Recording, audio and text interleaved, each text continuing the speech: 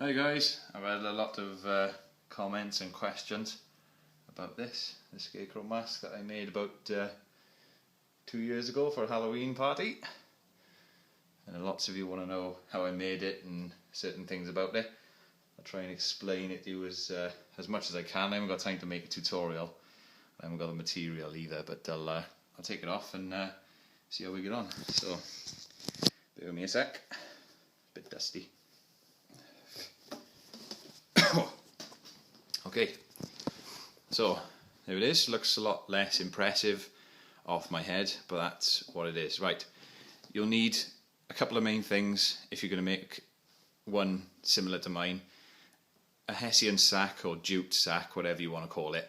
I used an old sugar sack that I got from a market trader, but you can use like a potato sack or something. A shoelace for the mouth. A large eye needle big enough to accommodate these hessian threads like this, okay, and a knitting needle called an afghan hook. Okay, type it into Google and they'll show you what it looks like. It's kind of like a knitting needle. It's about 4 or 5 inches long, and on the top is a hook that hooks back on itself, and I use that to pull the shoelace through the cloth, because it opens up quite easily when you stick something into it, and I used that to pull the shoelace through. So basically, first off, this little noose piece, I was going to use a rope, but I made it like a week before I was going to wear it, so I didn't have a chance to get a rope that was like the same colour, and I wanted it to be battered and stuff.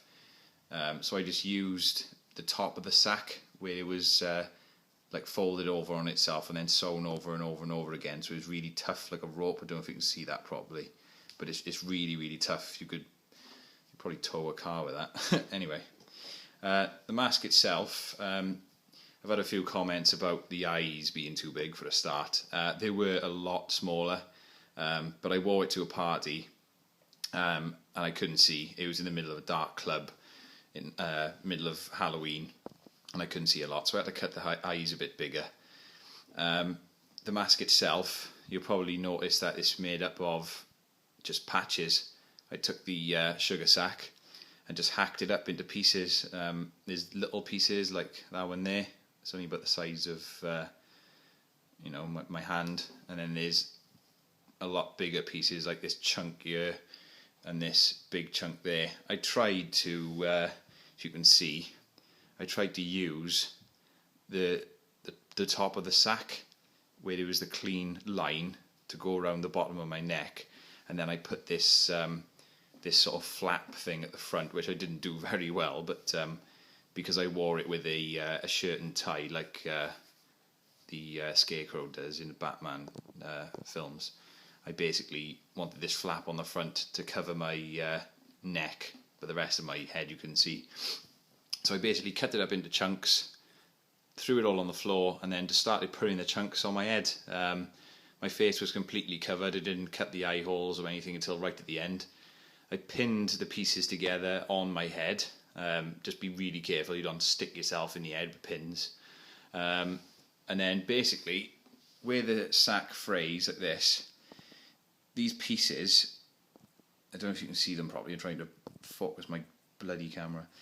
These pieces you can pull off really easily. You can just pull them down.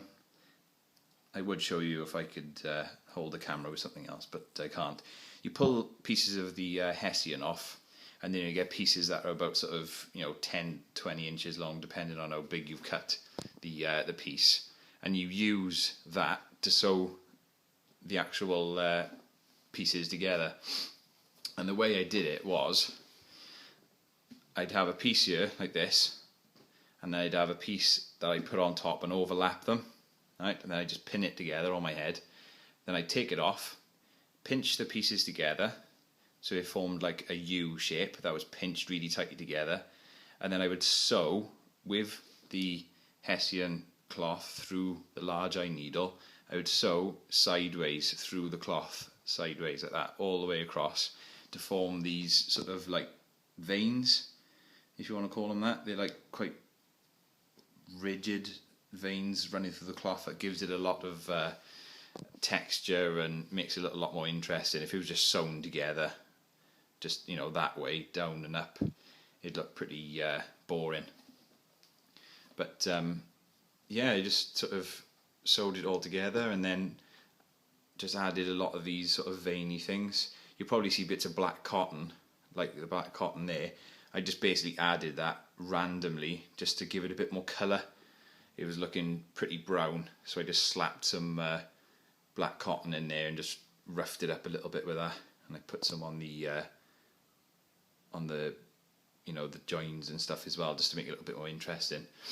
The mouthpiece, I cut a piece that was specifically shaped to look like a sort of a sad, scary mouth, and then just basically threaded the shoelace through.